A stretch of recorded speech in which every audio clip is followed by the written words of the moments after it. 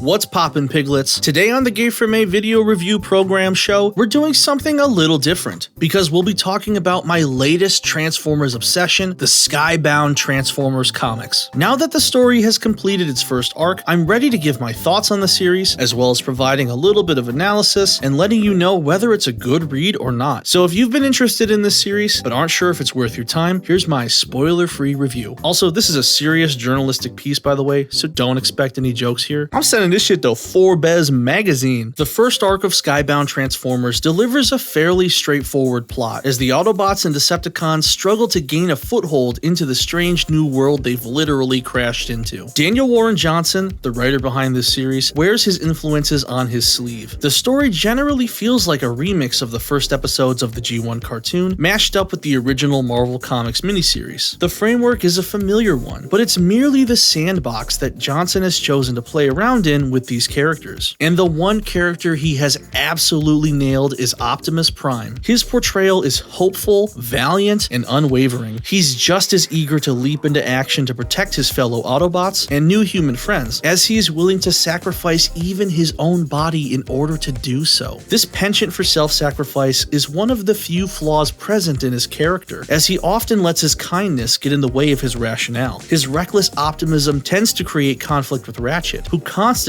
has to remind Optimus of the more practical realities surrounding them. Throughout the run, Optimus is also shown to be quite introspective, modest, and tender. What truly sold me on this version of Optimus was the deer scene in issue 2. It's a very quiet and sentimental conversation shared between Optimus and Spike Witwicky. It's such an important scene because it humanizes Prime in a realistic way, portraying someone who is imperfect but compassionate, someone who can become careless at times but fully aware that his actions have consequences. This is an Optimus who is motivated by his responsibilities to both his team and the new planet they are inhabiting, and he shoulders that duty as best as he can. It occurs to me that Daniel Warren Johnson is attempting to write what could be considered the true successor to G1 Optimus Prime, and although it's obviously too early to call something like that now, throughout this arc I can clearly find the seeds of this germinating within the story. In 5 or 10 years, I'd love to look back on this run and remember that this is where such greatness was born. It was perfect. In stark contrast to Prime, Starscream's depiction in this series is downright monstrous. Skybound Starscream is written to be the perfect foil for Optimus in this story. He isn't the cowardly Machiavellian wimp that he is often characterized as in other media. He's a self-absorbed, egomaniacal bully who gets his way not due to any leadership abilities or combat acumen, but by virtue of simply being the loudest voice in the room at all times. Starscream takes immense pleasure in causing destruction and mayhem, relishing in the violence he's creating, but also struggling to fulfill his own role as the Decepticon commander. In this series, Megatron is gone, and you don't find out what happened to him for several issues, but his presence is felt whenever Soundwave admonishes Starscream, reminding him how much like Megatron he isn't. Starscream is an absolute menace in this series though, and while some were initially shocked by the brutality that he commits, I'm a big fan of this outright cruel and dastardly take on the character. Based.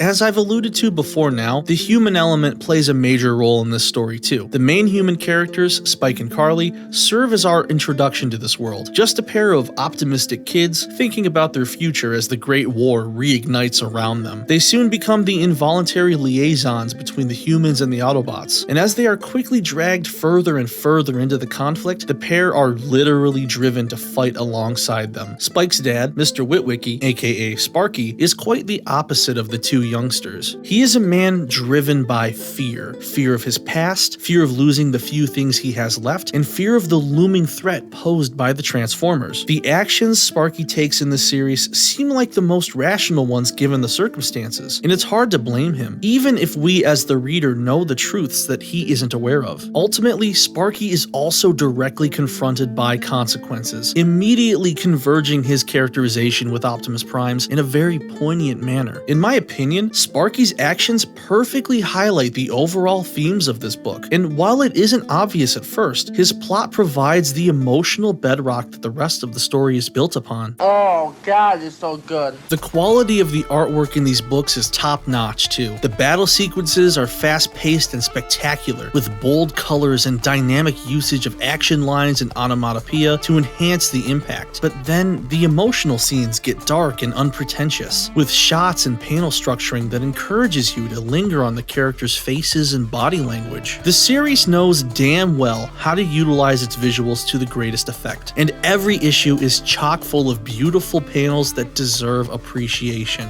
Generally, the characters themselves are drawn in that unmistakable G1 style, making the designs boxy and more simplistic. But Daniel Warren Johnson masterfully renders these blocky bodies in 3D space, giving you a clear impression of their mass and shape. And while the designs are more simple overall, he isn't afraid to dip into complex mechanical detailing when he needs to, either to render the folding and unfolding of robot parts during a transformation, or to show the exposed innards of visceral robo-gore. I think for some people, the adhesion to G1 sensibilities might be considered a downside to the series, especially when following up IDW's Transformers, which as a franchise was never afraid to create new and unique looks for its characters. For me, however, I think the G1-ness again provides a useful framework to help ease us into this all-new, uncharted territory. And since I own so many G1 style figures already, it makes me feel like my own personal Skybound Transformers collection is already well underway. I wouldn't say that I have any outright problems with this series, but I do have a couple of criticisms that I can mention. First of all, the story dares to portray a lot of death and implied death of explicitly named characters. Obviously, it's a story about war, so that's bound to happen, but I mainly question if it was a little short-sighted to make such big shakeups to the status quo so early, whether this was done purely for the shock element, and if these decisions will be reversed in the future, undermining the significance they have now. Another thing I could criticize is the lack of character exploration. This arc focuses primarily on developing Optimus and Starscream, with most of the cast relegated to bit parts. Ratchet and Soundwave serve as the pragmatic second-in-commands for their respective sides, and do have some interesting interactions with their commanders, and definitely have their own distinct personalities. Cliffjumper stands out as well, bonding with Carly a la Spike and Bumblebee's relationship seen in G1 and the movies. But we don't learn much about the rest of the Autobots, and the Decepticons especially come off as mindless thugs with little going on between them. A major emphasis in this run is placed on contrasting the two factions, through the actions they take, how they operate internally, and their interactions with the humans, often showing such scenes back to back to further reinforce this. The story aims to give us a broad comparison of the two sides, and might have been too bloated if it had tried to explore each individual character in depth, but I'm expecting in the future we'll get the opportunity to spend a lot more time learning about the rest of the cast. The last thing I'll mention is that there was at least one moment near the end that honestly left me scratching my head. There's a certain thing one character does that, while I do understand the reasons that led them to do it, I'm confused by what compelled them to go about it in the manner that they did. This definitely seems like something that might be expanded upon in a later issue though. It just seemed really weird to me the first time that I read it. God,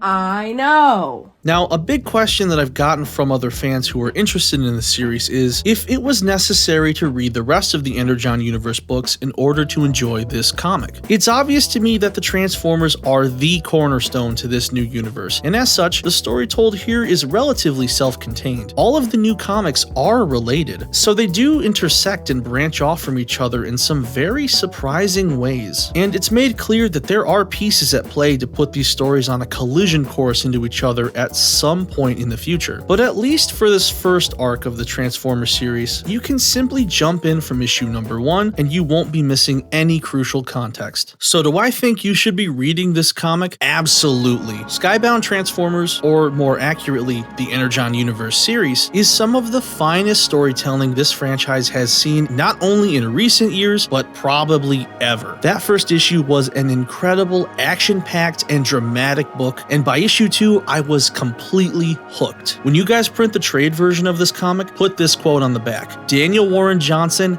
gets Transformers, delivering a story that's unashamed of its G1 roots, but without feeling like it's retreading the same ground as before. While he knows that the broad appeal of this series is big robots smashing into each other, he also understands that the robots need to be relatable characters for that to matter. The story escalates issue by issue, twisting and turning between big, bombastic action scenes to somber, character-building moments, before nose-diving into jaw-droppingly insane events that make each book feel exciting and justified. Issue 4 is a major highlight in my opinion, having some incredibly satisfying payoffs and is packed with unbelievable surprises. I am not a big comic book guy, but I eagerly await picking up this series every month, and I am tearing through the pages over and over again. I get emotional thinking about this story and how much it does to treat Optimus Prime like the genuine inspirational hero that he is meant to be. Transformers are so back, bros. What a mark. Now, go spend your tax refund on this series and let me know in the comments what you guys think about it. Thanks for watching this video, and I'll see you later.